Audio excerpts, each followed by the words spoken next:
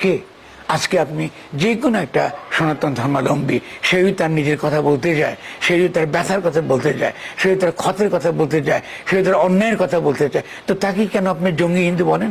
তাকে কেন আপনি বিজেপি বলেন? কেন তাকে সঙ্গে সঙ্গে সে RSS এর সদস্য, সে আপনার ইসকনের দ্বারা এখানে এসে একটা বাংলাদেশকে ধ্বংস করতে, এটা দ্বারা কি আমরা বাংলাদেশ তৈরি করতে পারবো? যে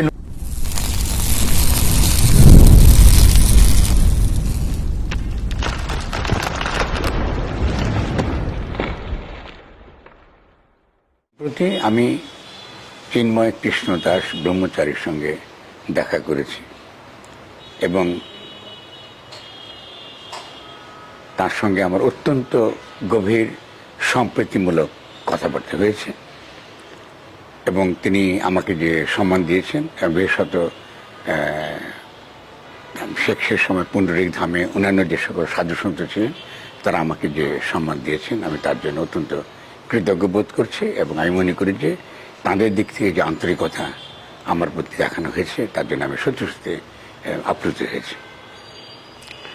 এখানে কিছু ব্যাপার আমাদের স্পষ্ট করা দরকার আছে। প্রথমত, আমি কিন্তু পুণ্ডরিক ধামে গিয়েছি, ওটা কিন্তু কোনো আপনার ইস্কন মন্দির না। ফলে আমাদের বাংলাদেশে অনেকগুলো সমস্যা রয়েছে, যে সমস্যাগুলো যে আমরা কখনোই যে আমাদের বাংলাদেশের অন্যান্য নাগরিকদের তাদের যে ধর্ম বিশ্বাস, তাদের যে অনুভূতির জায়গাগুলো, তাদের যে আঘাতের জায়গাগুলো, ক্ষতের জায়গাগুলো, এটা বোঝার, আন্তরিকভাবে এটা বুঝবার কোনো চেষ্টা আমাদের সমাজে নাই। এটা মারাত্মক রকম রাজনৈতিক সংকট তৈরি করে। এখানে ধরুন কে সঠিক কে বেঠিক সে ততটা পরে। প্রথমত, যে আন্তরিকতার জায়গায় আমাদেরকে পৌঁছাতে হবে, একটা আলিঙ্গনের মধ্যে রাখতে হবে। রাষ্ট্র গঠন মানে কিন্তু আলিঙ্গনের মধ্যে সমস্ত নাগরিককে বেঁধে ফেলা। এই যে খুব সহজ একটা কথা, এটা যদি আমরা করতে না পারি তাহলে আমরা রাষ্ট্র গঠন কী করে করবো? আপনার শুরু থেকে তো জানেন যে আমার যে রাজনীতি, সে রাজনীতির মূল কথা হচ্ছে যে বাংলাদেশকে আমাদেরকে নতুন করে গঠন করতে হবে। এই যে নতুন করে গঠন করবার কথা আমি বলি, এই নতুন করে গঠন করার মধ্যে অবশ্যই যারা সনাতন ধর্মাবলম্বী রয়েছেন, যারা বাংলাদেশের নাগরিকরা রয়েছেন, তারা তার অন্তর্ভুক্ত, তারা বাংলাদেশের বাইরের কেউ নন। ফলে স্বভাবতই আমি এবার চট্টগ্রামে গিয়েছি। আমার যে রাজনীতি, আমার যে চিন্তা, আমার যে মতাদর্শ, তার জায়গা থেকে আমি গেছি এবং ভিন্ন চিন্তার মানুষ হতে পারে আমার সঙ্গে, আমাদের সনাতন ধর্মাবলম্বীর মধ্যে তারা প্রত্যেকেই বাংলাদেশের নাগরিক। ফলে তাদের কথা বোঝা, তাদের মনের কষ্টটা বোঝা, তাদের বিভিন্ন দাবি দেওয়া ক্ষোভ বোঝা, এটা আমি মনে করি এটা আমার জন্য অত্যন্ত গুরুত্বপূর্ণ বুঝতে পারে। ফলে সেদিক থেকে আমি মনে করি আমি অত্যন্ত সম্মানিত বোধ করেছি যে আমি যখন কথা বলেছি আজকে হিন্দু মহাজোটের সদস্যদের সঙ্গে, তাদের দুটো দলের সঙ্গে আমার কথা হয়েছে এবং তারা অত্যন্ত আন্তরিকভাবে তা কথা বলেছেন এবং আমাদের সমস্যাগুলো কি বাংলাদেশের, বিশেষত সনাতন ধর্মাবলম্বীদের তাদের যে ন্যায্য যে সকল দাবি দাওয়াগুলো রয়েছে, তারা কোথায় কষ্ট পান, কোথায় তারা মর্মাহত হন, কোথায় তাদের যে গভীর যে ক্ষতটা এই উপমহাদেশে বিভিন্ন প্রকার সাম্প্রদায়িক দেশ বিদ্বেষ বিরোধের ফলে তৈরি হয়েছে, এটা আমরা অত্যন্ত আন্তরিকভাবে আমরা কথা বলতে পেরেছি। আমার কাছে অত্যন্ত ভালো রেখেছে চিন্ময়, আমি যখন গেছি সঙ্গে সঙ্গে আমরা যে আমাদের যে বাংলাদেশের যে দীর্ঘ যে ভক্তির যে ধারা, আমরা বুঝতে পারি ভক্তি ধারার যে শক্তি, সেই ভক্তি ধারার যে শক্তি, সেই শক্তির ফলে অতি সহজে আমরা পরস্পরকে আলিঙ্গন করতে পেরেছি। এর মধ্যে কোনো দেশ হিংসা, কোনো বিরোধ কিন্তু আমরা দেখিনি। তার মানে এই নয় যে আমাদের নিজ নিজ মতাদর্শ বা নিজ নিজ অবস্থানগুলো আমরা ত্যাগ করেছি এবং চিন্ময় তার যে অবস্থানটা রয়েছে যে তিনি সনাতন ধর্মাবলম্বীদের পক্ষে তিনি যে কথাগুলো বলেছেন সেটা যে তিনি ত্যাগ করেছেন তা নয়, কিন্তু আরেকটা গভীর একটা জায়গায় আমরা দাঁড়িয়ে কথা বলতে পেরেছি। এবং চিন্ময় আমাকে যে কথাটা বলেছেন যেটা আমার কাছে খুবই ভালো লেগেছে, এটা প্রথম কথা হচ্ছে তিনি এর আগে কিন্তু ঢাকায় এসেছেন এবং তিনি ঢাকায় এসে মাহফুজ আলমের সঙ্গে দেখা করেছেন এবং তিনি তাকে প্রশংসা করেছেন যে আমি মাহফুজ ভাইয়ের সঙ্গে কথা বলেছি, আমাদের দাবি দাওয়াগুলো জানিয়েছি এবং দাবি দাওয়াগুলো জানাবার ফলে তিনি যেসব দাবিগুলো তারা 5 দিনের ধরুন পূজার ছুটি চেয়েছেন, 5 দিনের জায়গায় হয়তো একদিন তারা বাড়িয়েছেন, এটাকেও তিনি প্রশংসা করেছেন। কিন্তু আসলে তো সত্যিকার অর্থে আমরা যদি এই পূজাতে 10 দিন একটা গুরুত্বপূর্ণ উৎসব সনাতন ধর্মাবলম্বীদের দিক থেকে, ফলে তারা যদি 5 দিন যদি পূজার ছুটি চান তাহলে দেখো অন্যায় কিছু তারা চাইছেন। এখন এটাকে আমরা জাতীয় ছুটি আকারে করব কি করব না, আরও কি ভালো দিক আছে তার বিভিন্ন দিক থাকতে পারে, তার সরকারের পক্ষ থেকে তার অনেক বক্তব্য থাকতে পারে, সেটা তো আমাদের কথা বলতে হবে। এখন যে কোনো রাষ্ট্র গঠন করতে হলে সমাজের বিভিন্ন যে পক্ষ আছে তাদের সঙ্গে নেগোসিয়েশনটা সাংঘাতিক গুরুত্বপূর্ণ। কারণ এমন নয় যে তারা আমার মত তাদের উপরে চাপিয়ে দিতে হবে, কিংবা তারাও আমার মত আর অন্য সকলের উপরে চাপিয়ে দিন, ব্যাপারটা কিন্তু এমন নয়। সেই জন্য খেয়াল করেন, আমি জাতিবাদ কথাটা বলি না কখনোই। আমাদেরকে জাতিবাদের যুগ আমাদেরকে পার হয়ে আসতে হবে। আমরা বাস করছি এখন এমন একটা সময় যে সেটা আমরা আন্তর্জাতিকভাবে একটা পুঁজিতান্ত্রিক ব্যবস্থার মধ্যে বাস করছি। এখানে কিন্তু রাষ্ট্র যে প্রাচীন যে সার্বভৌমত্বের যে ধারণা ছিল সেভাবে কিন্তু রাষ্ট্র কাজ করতে পারে না। কারণ সেখানে যে নিয়ন্ত্রণ যারা করে এটা মূলত অল্প কয়েকটা কর্পোরেশন, মূলত বিশ্ব পুঁজিতান্ত্রিক ব্যবস্থা কিন্তু নিয়ন্ত্রণ করে। তারাই কিন্তু আমাদের মধ্যে কিন্তু বিভক্তি তৈরি করে। এই বিভক্তিটা বের হবার পথটা হচ্ছে কথা বলা, পরস্পরের কথা শোনা, এবং পরস্পরের কথাটা শোনার মধ্য দিয়ে একটা মীমাংসায় আসা। সেজন্যে আমি যে ধারণাটা আপনারা খেয়াল করবেন, আমি প্রচার করার চেষ্টা করি, এটা কারণ ওই রাজনৈতিক জনগোষ্ঠী, সেই রাজনৈতিক জনগোষ্ঠীর মধ্যে সনাতন ধর্মাবলম্বীরা অন্তর্ভুক্ত। আমি তাদেরকে বাদ দিয়ে বাংলাদেশের রাষ্ট্র গঠন করা সম্ভব নয়। ফলে তাদেরকে বুঝতে হবে যে বাংলাদেশ রাষ্ট্র গঠন করার মধ্যে তাদের স্বার্থ নিহিত রয়েছে। খুব গুরুত্বপূর্ণ ব্যাপারটা বুঝতে পারে। ফলে এইটা তো বোঝানো দরকার, এটা নিয়ে তো কথা বলতে হবে। ফলে আজকে খেয়াল করুন, হাজারীগলির যে ঘটনাগুলো, তার মধ্যে যে ধরনের ঘটনাগুলো ঘটেছে, আমি তো একটা এখানে নতুন করে বর্ণনা করার দরকার নেই, কারো পক্ষে সাফাই গাওনা করার দরকার নেই। এই ঘটনা আমাদের মধ্যে একটা বড় ধরনের ক্ষত তৈরি করেছে। পরবর্তীতে এই ক্ষতটা অত্যন্ত মারাত্মক রূপ নিতে পারে যদি সেটা একই সঙ্গে সনাতন ধর্মাবলম্বী এবং সেনাবাহিনীর মধ্যে একটা বিভেদ তৈরি করে। এটা অত্যন্ত বিপজ্জনক, অত্যন্ত বিপজ্জনক একটা পরিস্থিতি। যে পরিস্থিতি অবিলম্বে কিন্তু আমাদের এই পরিস্থিতিতে আমরা চাইব যে আমাদের এই যারা এখন সরকারে আছেন তারা এর মর্মটা বুঝতে পারবেন। ভূরাজনৈতিক পরিস্থিতি, আন্তর্জাতিক রাজনৈতিক পরিস্থিতি বুঝে আমরা কি করে এটাকে মীমাংসা করতে পারি, বাংলাদেশের নাগরিক হিসেবে এই আমাদের সনাতন ধর্মের সঙ্গে বসে আমরা কি করে এটা মীমাংসা করতে পারি, এটা আমাদেরকে খুঁজে বের করতে হবে। এটা বাইরের কেউ এসে কিন্তু আমাদেরকে এই সমাধান আপনার দেবে না। ফলে আদৌ এখানে সমাধানের কোনো পথ আছে কিনা সেটা বোঝার জন্য আমি কিন্তু সেখানে গেছি। এখন আমি যখন সেখানে গেছি, বিশেষত চিন্ময় আমাকে তিনি নিজে নিমন্ত্রণ করেছেন। আমি অত্যন্ত সম্মানিত বোধ করেছি যে তিনি শুধুমাত্র যে আমাকে আলিঙ্গন করেছেন, কি ফুলে মালা দিয়েছেন, বাহ্যিক ব্যাপার। সবচেয়ে বড় কথা, তিনি আমাকে একটা আমাদের যে সাধু সন্ত ফকিরদের যে নিয়ম, সে সাধু সন্ত ফকিরদের নিয়মের পরিপ্রেক্ষিতে তিনি একটা বৈষ্ণব সেবাও আমাকে দিয়েছেন। এটা আমার জন্য অত্যন্ত, আমি ফকির লালন শাহের যে ঘরের মানুষ, সেই ঘরের মানুষ হিসেবে এটা আমার জন্য অত্যন্ত সম্মানের ব্যাপার। এবং আমরা অবশ্যই ভক্তি ধারার মধ্যে যে মিলনটা মধ্য দিয়ে আমরা অনেকগুলো রাজনৈতিক সমস্যার দ্বন্দ্ব মীমাংসা আমরা করতে পারি, সেই দ্বন্দ্ব মীমাংসার কিন্তু পথ কিন্তু আমরা সেখান থেকে খুঁজে পাবো। ফলে আপনি যে সাধু সন্ত ফকিরদের ধারা আর রাজনীতি, এটা কিন্তু দুটো পথ। ফলে অনেকে কিন্তু বাইরে থেকে এই পথের যে মর্ম, এটা হৃদয় দিয়ে এটা কিন্তু আমরা সমাধান করি। এটা সবসময় যে যুক্তির দ্বারা পরস্পরকে শত্রু বিবেচনা করে সংঘাতের দ্বারা এটা মীমাংসা হয়, এটা কিন্তু আমরা বিশ্বাস করি না। ফলে সেই জায়গা থেকে আমরা অগ্রসর হতে চাই। এবং আমি একদম বলছি, সকলে সেখানে ছিল, এখানে কোনো একান্তে কোনো আলাপ হয়নি, এখানে অনেকে হাজির ছিল। ফলে এখানে কোনো গোপন আলাপ ছিল না। কারণ আমি মনে করি যে এখন যে একটা সনাতন ধর্মাবলম্বীদের সঙ্গে বাংলাদেশের বৃহত্তর জনগোষ্ঠীর যে বিরোধ তৈরি হচ্ছে, এই বিরোধটা আমাদের জন্য ভালো নয়। তাদের বিরুদ্ধে যে ধরনের নিপীড়নগুলো হয়েছে,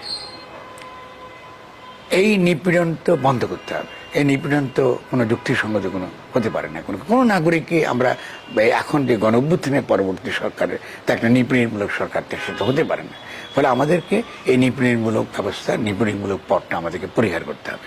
2 নম্বরটা হচ্ছে তাদের যে দফাগুলো দিয়েছে সে দফা নিয়ে আমাদের একটা আলোচনায় আমাদেরকে বসতে হবে। তার মধ্যে অনেক প্রস্তাবনা খুবই সহজ। তারা ছুটি চেয়েছেন, ছুটি যদি আমরা 5 দিন দিতে না পারি, কেন দিতে পারবো? আমি কিন্তু মনে করি এটা অত্যন্ত যুক্তিসঙ্গত দাবি। 5 দিনের ছুটি তারা পেতেই পারেন। এটা নিঃসন্দেহে সনাতন ধর্মাবলম্বী যে দাবিটা কিন্তু এটা অতি নিরীহ একটা দাবি। 2 নম্বর হয়েছে তারা কি বলছেন, যারা এই হাজারি গলির ঘটনাবলীর সঙ্গে জড়িত, তাদের মধ্যে যারা সত্যিকারের বাইরের যারা, মানে তারা সনাতন ধর্মাবলম্বী থেকে হিসেবে নন, তারা মূলত একটা বিশেষ রাজনৈতিক দলের হয়ে সেখানে তারা একটা একটা একটা একটা বিশৃঙ্খলা, একটা সহিংসতা সৃষ্টি করতে চাইছেন, বিপথে নিতে চাইছেন। মানে তারা বলতে চাইছেন যে সনাতন ধর্মাবলম্বীদের তাদের যে ন্যায্য দাবি, সে দাবিকে বিপথে যারা নিতে চাইছেন তাদেরকে শনাক্ত করা, এবং যারা নিরীহ সনাতন ধর্মাবলম্বী তাদেরকে আলাদা করাটা খুব জরুরি। এবং তাদের বিরুদ্ধে যে মামলাগুলো দেওয়া হয়েছে, তাদের বিরুদ্ধে যে অন্যায় মামলাগুলো দেওয়া হয়েছে, এতে কোনো যুক্তি নেই। আপনি কেন আগের মতো, আগের যে রাষ্ট্র যেমন করে নিপীড়ন করে, যেমন করে আপনার অত্যাচার নির্যাতন করে, এটা কেন আমরা করবো? ফলে যাদের বিরুদ্ধে সুনির্দিষ্ট অভিযোগ আছে তারা কিন্তু একবারই বলছেন না। যদি আপনি মনে করেন যে কোনো একটা বিশেষ দলের পক্ষ থেকে আজকে সনাতন ধর্মাবলম্বীদের বিপথে নেবার জন্য তারা এখানে সক্রিয় রয়েছেন, তাদেরকে চিহ্নিত করুন, তাদেরকে চিহ্নিত করে তাদের বিচারের ব্যবস্থা করুন।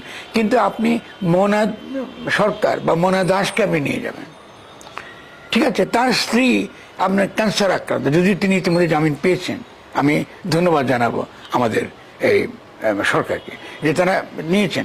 তার স্ত্রী ক্যান্সার আক্রান্ত, তিনি কিন্তু বাঁচবেন না, তারা ছোট একটা শিশু আছে 10 বছরে, তারা সেই শিশুকে দেখবার কেউ নেই। তো এগুলো তো ন্যায্য দাবি, তাকে তো সঙ্গে সঙ্গে এই কাজগুলো আমাদেরকে সঙ্গে সঙ্গে এগুলো, এই দাবিগুলো তাদের মেনে নেওয়া উচিত ছিল। এবং যারা সত্যিকার অর্থে যারা এই হাজারীগুলির ঘটনাবলীর জন্য যারা জড়িত, এবং বিশেষত বাইরে সনাতন ধর্মাবলম্বীদের আন্দোলনের বাইরে থেকে এসে তারা এইকে বিপদগামী করতে চাইছে, তাদেরকে তারা তো শনাক্ত করা এবং তাদের শাস্তি করা। তারা বলছেন, তারা তো একবারও বলেননি যে আমাদের এখানের মধ্যে বাইরের কোনো হস্তক্ষেপ নাই, আমাদেরকে কোনো ব্যবহার করার চেষ্টা করা হচ্ছে না। তারা বলছেন আমাদেরকে এর আগে ব্যবহার করা হয়েছে। এটা শুধুমাত্র যে তারা বলেছেন তা না, এর আগে গোবিন্দচন্দ্র প্রামাণিক বিভিন্ন সভায় বারবারই তিনি বলেছেন যে হিন্দু কার্ড খেলবার দিন শেষ হয়ে গেছে। আপনি একটু খেয়াল করুন যে একটা হিন্দু মহাজোটের একজন নেতা কেমন তিনি পরিষ্কার বলছেন যে হিন্দু কার্ড খেলবার দিন শেষ হয়ে গেছে, এবং দিল্লি এবং ভারতীয় প্রচার মাধ্যমগুলো যে প্রচারটা করছে বাংলাদেশের বিরুদ্ধে, এই প্রচারটা বন্ধ করতে হবে। একদিকে সে হিন্দু কার্ড খেলাটা যেমন বন্ধ করতে হবে, অন্যদিকে সনাতন ধর্মাবলম্বীদের প্রতি যে নির্যাতনটা চলছে, তাদের যে ন্যায্য দাবিগুলো, এটাকে দাবিয়ে রাখা। এবং হিন্দু কোনো কথা বললে এটা দিল্লির একটা এজেন্ট আকারে সেটা কথা বলছে, সেটা বিজেপির এজেন্ট আকারে কথা বলছে, একটা সন্ত্রাসী আকারে কথা বলছে, এই ধরনের অপপ্রচারটা বন্ধ করতে হবে। একটু ভেবে দেখুন, আমি আজকে যারা হেফাজত করছেন, যারা ইসলামপন্থী আছেন, খেয়াল করুন, আজকে থেকে 2013 সালে আমাকে কিন্তু দাঁড়াতে হয়েছে হেফাজত ইসলামের পক্ষে। আন্তর্জাতিক মহলে কি হতো, আমরা যদি আজকে হেফাজত ইসলাম ঝান্ডা নিয়ে যদি আসতো, সঙ্গে সঙ্গে তাকে জঙ্গি বলে আখ্যা দেওয়া হতো। খেয়াল করেছেন আপনারা? আমরা কিন্তু এই কাজটা করেছি বাংলাদেশে, যে কেউ টুপি পরা, ভুলে যাবেন না, টুপি পরা, লুঙ্গি পরা, পায়জামি পরা কোনো লোককে দেখা হলে তখন জঙ্গি বলে, এরা কোনো না কোনো জঙ্গি ইসলামী সংগঠনের সদস্য বলে ধরে নেওয়া হতো। তাহলে আজকে আপনি যে কোনো একটা সনাতন ধর্মাবলম্বী, সে যদি তার নিজের কথা বলতে যায়, সে যদি তার ব্যথার কথা বলতে যায়, সে যদি তার ক্ষতের কথা বলতে যায়, সে যদি তার অন্যায়ের কথা বলতে চায়, তো তাকে কেন আপনি জঙ্গি হিন্দু বলেন? তাকে কেন আপনি বিজেপি বলেন? কেন তাকে সঙ্গে সঙ্গে সে RSS এর সদস্য, সে আপনার ইসকনের দ্বারা এখানে এসে একটা বাংলাদেশকে ধ্বংস করতে, এটা দ্বারা কি আমরা বাংলাদেশ তৈরি করতে পারবো? যে নতুন বাংলাদেশ আমরা তৈরি করতেছি, এটা কি পথ হতে পারে? এটা তো কোনো পথ হতে পারে না। অবশ্যই সনাতন ধর্মাবলম্বীরা, আমি যেমন করে একটা ইসলাম ধর্মাবলম্বী, এবং একই সঙ্গে আমি একটা বিশেষ ভক্তি ধারার সঙ্গে আমি যুক্ত, এবং আমি জন্মসূত্রে একটা ধর্মের অন্তর্গত, এবং একই সঙ্গে আমার নিজের যে বোঝাপড়া আছে আমার ধর্মের সঙ্গে, ঠিক তেমনি একজন সনাতন ধর্মাবলম্বীরও তার নিজের ধর্মের সঙ্গে বোঝাপড়া আছে। ফলে তাদের মধ্যে তরুণরা অত্যন্ত কম বয়সে, তারা তরুণরা সন্ত সাধু হিসেবে, ব্রহ্মচারী হিসেবে তারা একটা জীবনযাপন করেন। ঠিক তেমনি আজকে চিন্ময় বলুন বা অন্যান্য অনেক ব্রহ্মচারী যারা আছেন, অনেক সাধু সন্ত আছেন, তারা কিন্তু এই জীবনটা তারা পালন করছেন। এই জীবনে কোনো হিংসা নাই। এটা আমরা বলি, আমাদের ভাষায় রেখে বলি কি, আমরা বলি জানতে মরা। তাদের জীবনের আলাদা কোনো আকাঙ্ক্ষা, আলাদা কোনো ইহলৌকিক বাসনা নাই, শুধুমাত্র সমাজের স্বার্থ, জনগণের স্বার্থ রক্ষা করার ছাড়া। আপনি খেয়াল করেন, খুব গুরুত্বপূর্ণ ব্যাপারটা বুঝতে পারেন। ফলে তারা কি বলছেন আমাকে চিন্ময় বোঝাবার চেষ্টা করেছেন যে আমরা কখনোই রাজনীতিতে সম্পৃক্ত ছিলাম না, আমরা কখনোই কোনো রাজনৈতিক কাজে সম্পৃক্ত থাকতে চাই না, পিরিয়ড। আমরা কোনো রাজনৈতিক কাজে সম্পৃক্ত থাকতে চাই না। কিন্তু যখন এই বিভিন্ন রাজনৈতিক দলগুলো সনাতন ধর্মাবলম্বীদের তাদের ন্যায্য দাবি দাওকে আশ্রয় করে যখন বাংলাদেশের বিরুদ্ধে যখন ষড়যন্ত্র করতে শুরু করেছে, তখনই আমরা বাধ্য হয়েছি রাজনীতিতে অংশগ্রহণ করতে, রাজনীতিতে, যেন তারা বিপদগামী না হয়, তারা যেন বাংলাদেশকে অস্থিতিশীল করে না তোলে, তারা যেন এমন কোনো পরিস্থিতি তৈরি করতে না করে যাতে আমরা বাংলাদেশকে আমরা হারাই। বাংলাদেশে আন্তর্জাতিক নানান প্রকার শক্তির যে লীলাভূমি, যে তাকে বিভিন্নভাবে বিপদগামী করা, বাংলাদেশের যে সমূহ সম্ভাবনা আজকে আমাদের জুলাই গণঅভ্যুত্থান তৈরি হয়েছে, এই সম্ভাবনাকে যেন তারা নস্যাৎ করতে না পারে। ফলে আমরা সাধু সন্তরা এই আন্দোলনের সঙ্গে জড়িত হয়েছে। আমি মনে করি এটা অত্যন্ত ন্যায্য একটি কথা, এবং তারা যদি এই কথা তাদের মন থেকে বলেছেন, আমি বিশ্বাস করি তাদের মন থেকে বলেছেন। আমি তাদের কাছে সহায়তা চেয়েছি, আমরা যে বাংলাদেশকে এই সমাধানগুলো, এই সংকটগুলোর সমাধানের ক্ষেত্রে তারা আমাদেরকে সহযোগিতা করবেন কিনা। আমি মনে করি যে তারা অবশ্যই আমাকে বলেছেন, পরিষ্কার প্রতিশ্রুতি দিয়েছেন, এই ক্ষেত্রে তারা অবশ্যই বাংলাদেশের জনগণের তারা সহযোগিতা করবেন, কারণ তারা বাংলাদেশের জনগণের অংশ, তারা এই দেশের নাগরিক। আপনি তাদের দাবি দেওয়া ফেলে দিতে বাংলাদেশ গঠন করতে পারবেন না। এখন সেখানে যদি তারা কোনো ভুল দাবি দেওয়া করে, আসুন আমরা কথা বলি। তা সেইটা, এই পরিস্থিতিটা আমরা তৈরি না করে, খেয়াল করুন, আমরা ইসকনের বিরুদ্ধে কথা বলি। ইসকনের সম্পর্কে আমার নিজের সমালোচনা আছে। সেই সমালোচনা শুধুমাত্র যে একটা আন্তর্জাতিক প্রতিষ্ঠান আকারে তা নয়।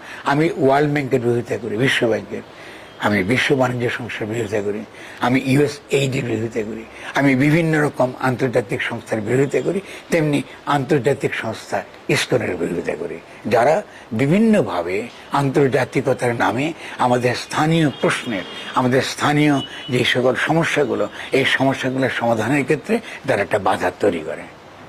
মনে রাখবেন এটা। 2 নম্বর কথা হচ্ছে, আমি কোনো ইসকন মন্দিরে যাইনি, আমি গেছি পুণ্ডরিক ধামে। পুণ্ডরিক ধাম বাংলাদেশের অত্যন্ত বিখ্যাত ঐতিহ্যবাহী একটি স্থান, সনাতন ধর্মাবলম্বীদের জন্য যেমন তীর্থস্থান, বাংলাদেশের জনগণের জন্য অত্যন্ত গুরুত্বপূর্ণ পর্যটন কেন্দ্র। এই ধাম তো আপনার জন্য তো দুয়ার বন্ধ না, যে কোনো নাগরিকের জন্য এই দুয়ারটা বন্ধ না। এরাই কি হয়েছে, বিভিন্ন জায়গাতে মন্দিরে আপনার কি হয়েছে, আওয়ামী লীগ আমলে এই মন্দিরগুলো বিভিন্ন জমি দখল করা হয়েছে। আমাদের এখানে দখল করার প্রবণতা আছে। আমি দেবোত্তর সম্পত্তি দখল হয়েছে, দেবোত্তর সম্পত্তি নানানভাবে হস্তান্তরিত হয়েছে, ফলে এখানে সম্পত্তির একটা বিরোধ আছে। সম্পত্তির বিরোধে মীমাংসা করতে হবে। আজকে যদি আমি বাংলাদেশ গঠন করে কথা বলি, তাহলে এই দেবোত্তর সম্পত্তি বলুন, ওয়াকফ সম্পত্তি বলুন, কিংবা আমাদের কিংবা রাষ্ট্রীয় সম্পত্তি বলুন, এগুলোতে যে বেদখল হয়ে গেছে, এই বেদখল হওয়া সম্পত্তি তো আপনাকে দখল করতে হবে, আবারও রাষ্ট্রের অন্তর্গত করতে হবে। ফলে পুণ্ডরিক ধাম কিন্তু বাংলাদেশের অন্তর্গত। পুণ্ডরিক ধাম বাইরের কারো দখল করা জায়গা নয়। পুণ্ডরিক ধাম বাংলাদেশের প্রত্যেকটা নাগরিকের, এটা তাদেরও এখানে তাদের একটা হক আছে। কেন কোনোর তো হকটা আছে? কারণ এটার আমানতদার হচ্ছে আমাদের কারা, যারা সনাতন ধর্মাবলম্বী, যারা সাধু সন্ত, এটার অধ্যক্ষ আজকে আছেন চিহ্ন। তো তিনি অধ্যক্ষ, এটা তার দায়িত্ব, এটাকে সুরক্ষা করা, সুরক্ষা নিশ্চিত করা। কিন্তু তার মানে এই নয় যে এই ধামের উপর বাংলাদেশের রাষ্ট্রের তার কোনো হক নাই। এটা একটা বাংলাদেশ রাষ্ট্রের বাইরের কোনো জায়গা না। ফলে মনে রাখবেন, আপনার কথা কথা ইসকনের ব্যাপারে যে সমালোচনা, এটা আমি আজকে করছি না, দীর্ঘদিন ধরে করছি।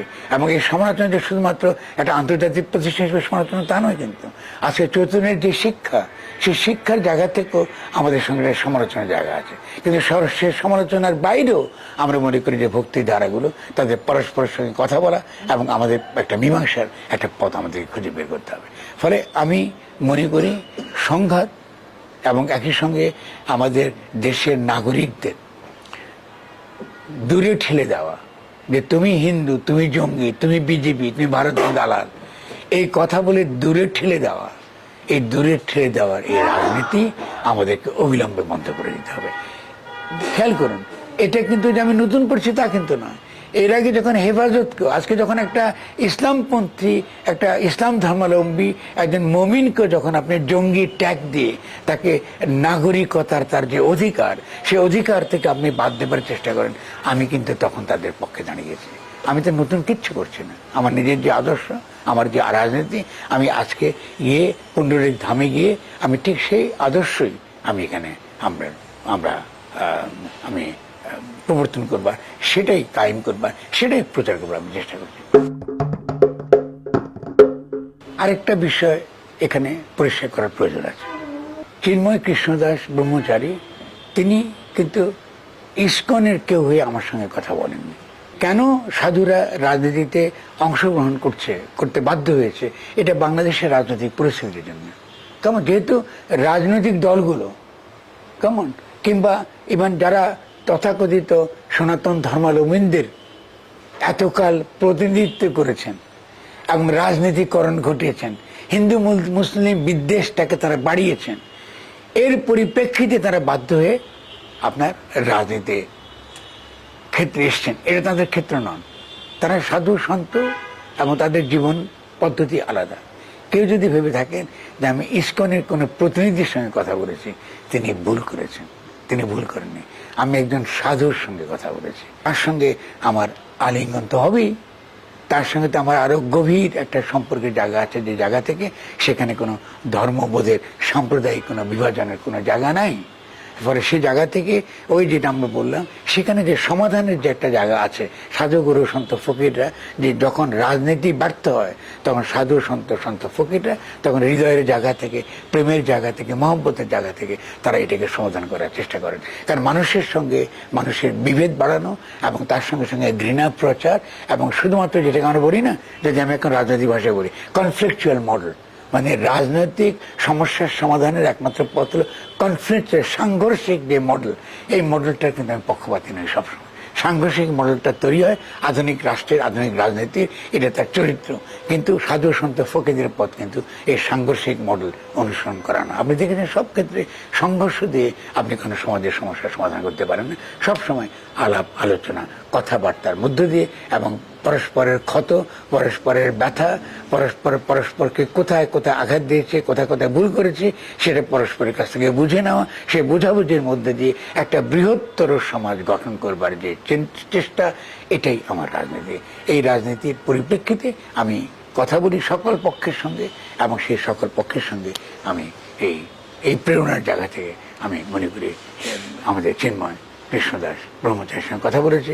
এবং একই সঙ্গে ভুল করবেন না, আমি কিন্তু শুধু তার সঙ্গে কথা বলেছি তা নয়, আমি হিন্দু মহাজনের সঙ্গে গোবিন্দচন্দ্র প্রামাণিক আমার অত্যন্ত প্রিয় মানুষ, এবং তিনি সবচেয়ে দুঃসময়ে, বাংলাদেশের অত্যন্ত দুঃসময়, যখন কেউই বাংলাদেশের পক্ষে জনগণের পক্ষে কোনো কথা বলছিলেন না, আমি এটা একটা সাক্ষী হিসেবে আপনাদের কাছে আজকে বলে রাখতে চাই। গোবিন্দচন্দ্র প্রামাণিক যখন কেউই কথা বলছিল না বাংলাদেশে, তিনি একা বাংলাদেশের জনগণের পক্ষে বলেছেন যে আমাদেরকে নিয়ে আপনারা আর হিন্দু কার্ড খেলবেন না।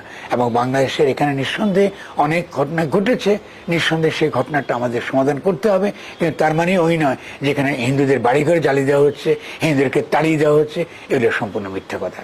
এটা যেমন মিথ্যা কথা, তেমনি এটাও মিথ্যা কথা যে কিছুই হয় নাই। কিছু হয় না মানেটা কি? অবশ্যই কিছু হয়েছে। তাহলে সে কিছু হয়েছে, কি হয়েছে, কোথায় হয়েছে, ক্ষত হয়েছে, কে করেছে, এটা আমাদেরকে খুঁজে বের করতে হবে। যখনই সেটা খুঁজবার ক্ষেত্রে, সেটা খুঁজে অপরাধীকে শাস্তি দেওয়ার জন্য আমরা যখন আন্তরিক হব, আমরা যখন সত্যিকার আমাদের আন্তরিকতা প্রদর্শন করব, তখনই এই ধরনের ধর্ম নিয়ে যে ব্যবসা, ধর্মকে একটা বিদ্বেষের অস্ত্র হিসেবে ব্যবহার করবার যে পদ্ধতিটা এখানে বাইরের শত্রুরা ব্যবহার করছে, সেখান থেকে আমরা মুক্ত হব। সেখান থেকে আমরা যার যার ধর্ম নিয়ে আমরা নিজের ক্ষেত্রে আমরা সেটা পালন করতে পারবো। কিন্তু রাজনৈতিক জনগোষ্ঠী হিসাবে আমরা পরস্পরের সঙ্গে আলিঙ্গনবদ্ধ থাকব। রাজনৈতিক জনগোষ্ঠীর আরেক মানে হলো, রাজনৈতিক মানে হচ্ছে পরস্পরের সঙ্গে ভিন্নতা পার্থক্য সহ আলিঙ্গনবদ্ধ থাকা। বুঝেছেন? ভিন্নতা আছে আপনার সঙ্গে, কিন্তু আলিঙ্গনবদ্ধ থাকা, শত্রুর বিপরীতে, বাইরের শত্রুর বিপরীতে আলিঙ্গনবদ্ধ থাকা। আলিঙ্গন কথাটা এটা সাধুগুরু সন্তদের কাছে রাজনৈতিক পরিভাষা। আলিঙ্গন রাজনৈতিক পরিভাষা, যার মধ্য দিয়ে বাইরের শত্রুকে আমাদের হৃদয়ে স্থান দেয় না, বাইরের শত্রুকে আমরা বাইরে রাখি এবং নিজেদের যে বিভেদগুলো, নিজেদের যে ভুলগুলো, সেই ভুলগুলো আমরা নিজেরা শ্রদ্ধায়। আশা করি বাংলাদেশের জনগণ আমাকে বুঝবেন এবং বাংলাদেশের জনগণ একই সঙ্গে আজকে যারা সাধু সন্তরা আছেন, যারা চেষ্টা করছেন যে আমাদের সনাতন ধর্মী যারা ভাইরা বোনরা যারা আছেন, তাদের ন্যায্য দাবি দেওয়া তারা তুলে ধরছেন, তাদের কথাগুলো তারা মনোযোগের সঙ্গে শুনবেন এবং আমরা অবশ্যই একটা রাজনৈতিক পরিবেশ তৈরি করতে পারবো, যেখানে এই ব্যাপারগুলো আমরা সমাধান করে একটা নতুন বাংলাদেশ গঠন করতে পারবো।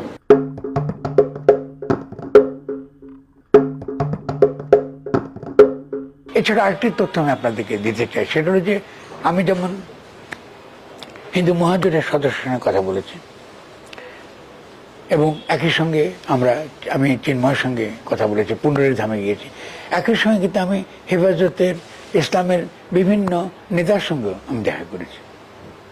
এবং শুধু তাই নয়, সেখানকার শ্রমিক যারা বিভিন্ন রকম আন্দোলন তারা করছেন, তাদেরও অনেক দাবি দেওয়া রয়েছে, তাদের সঙ্গে দেখা করেছে। ফলে আমি তো সকলের কাছে যাই, সকলের কাছে যাবো, তাদের দুঃখ শুনবো, তাদের ব্যথার কথা শুনবো, কারণ আমি তো অনেক কিছু জানি না, অনেক কিছু আমাকে জানতে হবে। ফলে তাদের সকলের কাছে গেছে আমি এই প্রসঙ্গে আমি ধন্যবাদ জানাবো যে মহিবুল্লাহ বাবু নগরী আমাকে তার ব্যস্ত সময় থাকা সত্ত্বেও আমাকে তিনি একটা সাক্ষাৎ দিয়েছেন। আমি তাকে দেখে আসতে পেরেছি, তাকে একটা সালাম দিয়ে আসতে পেরেছি। আমি তাকে অত্যন্ত শ্রদ্ধা করি এবং হেফাজতে ইসলামের বহু নেতৃবৃন্দ আছেন, তাদেরকে আমি শ্রদ্ধা করি। আশা করি তারা ভুলে যাবেন না যে যখন সমস্ত বাংলাদেশের একটা মহল তাদের বিরুদ্ধে দাঁড়িয়েছিল, আমি তাদের পক্ষে দাঁড়িয়ে নিন্দিত হয়েছি এবং আমার বিরুদ্ধে মেলা কথা প্রচারিত হয়েছে। বিশেষত যারা সেকুলার বলে দাবি করেন, যারা প্রগতিবাদী বলে দাবি করেন, তারা কিন্তু অনেক কথাই তখন 2013 সালে আমার বিরুদ্ধে বলেছেন। ফলে আপনারা ভুলে যাবেন না, আমি কিন্তু এরকমই। আমি যেখানে মনে করি আমার যাওয়া উচিত, আমার মন যেখান থেকে আমাকে দাবি করে যাওয়া, আমি সেখানে ছুটে যাই। ফলে আজকে মহিবুল্লাহ বাবু নগরী, তার সঙ্গে আমি সাক্ষাৎ করে পেরেছি। আমার অত্যন্ত প্রিয় বন্ধু তারেক, তিনি আমাকে এই সাক্ষাতের ব্যবস্থা করেছেন। এই ফাঁকে আমি তারেককে আমার ধন্যবাদ দিতে চাই।